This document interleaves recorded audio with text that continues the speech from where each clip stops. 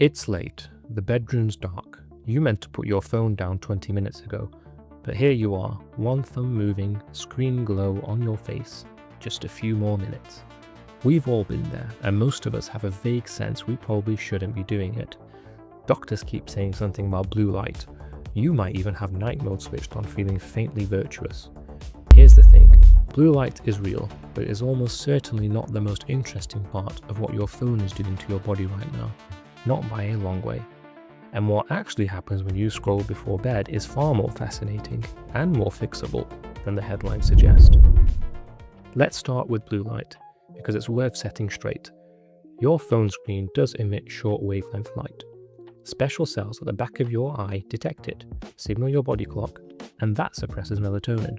Real biology with a real mechanism.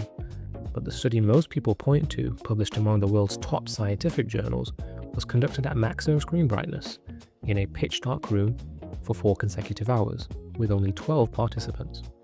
That is not someone scrolling in bed for 20 minutes. And when researchers looked at maximum brightness over just 1 hour, no statistical significant melatonin suppression. It is the sustained intense exposure that drives the effect. Blue light is a real mechanism, but for most people, most nights, it is probably not the main event. So what is? As daylight fades, your body initiates one of its most sophisticated operations. The pineal gland, a tiny structure deep in your brain, begins releasing melatonin. Think of it as the foreman giving the signal. Lights out, night crew, you're on. What follows is not passive rest, it is the most productive shift your body runs. Your core temperature drops, heart rate slows, blood pressure eases, and across your body, repair processes that can only run in darkness begin to clock in. Research suggests your gut lining, which takes a significant battering every single day, begins its nightly repair cycle. Your immune system runs its maintenance checks, surveying for damage accumulated during waking hours. And deep in the slow wave stages of sleep, your pituitary gland releases a large surge of growth hormone, the body's primary tissue repair signal. This is coordinated and timed. Your body runs on a 24-hour internal clock, and your entire night shift maintenance program is baked into that schedule. And the whole operation depends on the lights going out. So what does your phone actually do to all of that? The much bigger problem is what the content is doing to your nervous system. These platforms are not built for calm, they are engineered for compulsion, and the mechanism behind that is keeping you wired at exactly the wrong time of night. Social media feeds are built like slot machines. You never know if the next scroll brings something funny, something enraging, or something you cannot put down. That uncertainty triggers the same dopamine circuits that drive all reward-seeking behavior. And here is the problem. Your brain does not know it is one in the morning. And as far as your arousal system is concerned, something important might be just one scroll away. So instead of powering down, it powers up. Sleep onset is delayed. Cortisol, your primary stress hormone, may nudge upward. And here is something the evidence suggests. Sleep deprivation impairs the very part of your brain responsible for self-regulation. The more tired you are, the harder it becomes to put the phone down. Exhaustion and scrolling feed each other. And all the while, the maintenance crew is just waiting outside. Every hour of delayed sleep is an hour the night shift cannot run. The most striking example is growth hormone, and this one surprises most people. You probably associate it with children growing taller or with athletes taking it illicitly.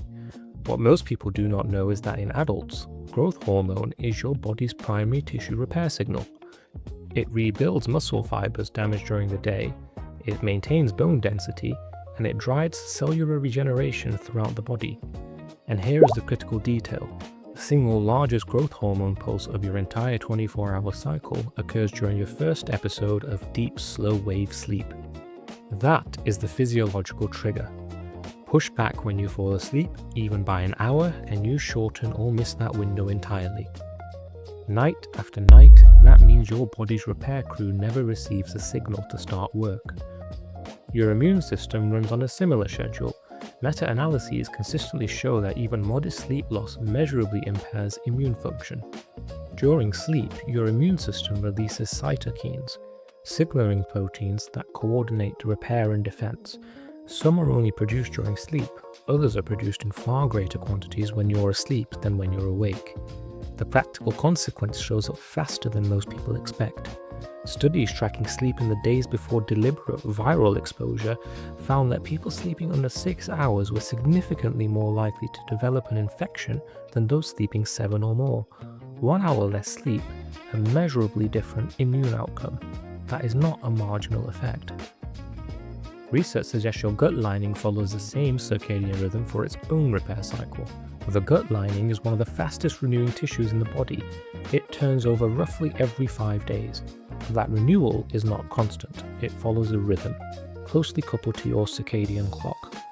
Disrupt the timing consistently, cut sleep short, shift when you sleep, and that renewal cycle is impaired.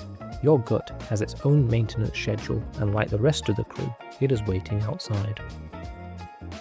And your brain's waste clearance system, the lymphatic network we've covered in the last video, hits its absolute peak during deep sleep.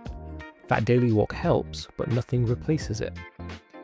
So what actually does help? The honest answer is the unglamorous one.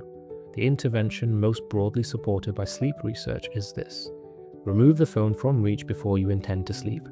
Not because of blue light, but because you are removing the slot machine from arm's reach entirely. You're not testing your willpower at midnight when your brain is already compromised. You are making the decision earlier when you still can. There is a reason this works better than relying on willpower alone. Earlier we said sleep deprivation impairs self-regulation. That is not a metaphor. The part of your brain responsible for impulse control is one of the first systems to degrade under sleep pressure. By midnight, if you are already underslept, the very mechanism you're relying on to put the phone down is the one that is most compromised. That is the trap. The solution is to make the decision before you are in it. An hour before bed is what the evidence broadly points to. Charge it across the room, better still, out of the bedroom altogether. Let the foreman give the signal, let the night crew clock in. Your body is extraordinarily good at what it does. It just needs the lights off to do it. Next video, something most of us do every single day that quietly disrupts our digestion in ways that rarely get discussed. Worth watching before your next meal. If this was useful, subscribe. We upload every fortnight, same time, without filler. And the standard note, everything here is general education and physiology, not personal medical advice. If something is worrying you, please speak to your own GP.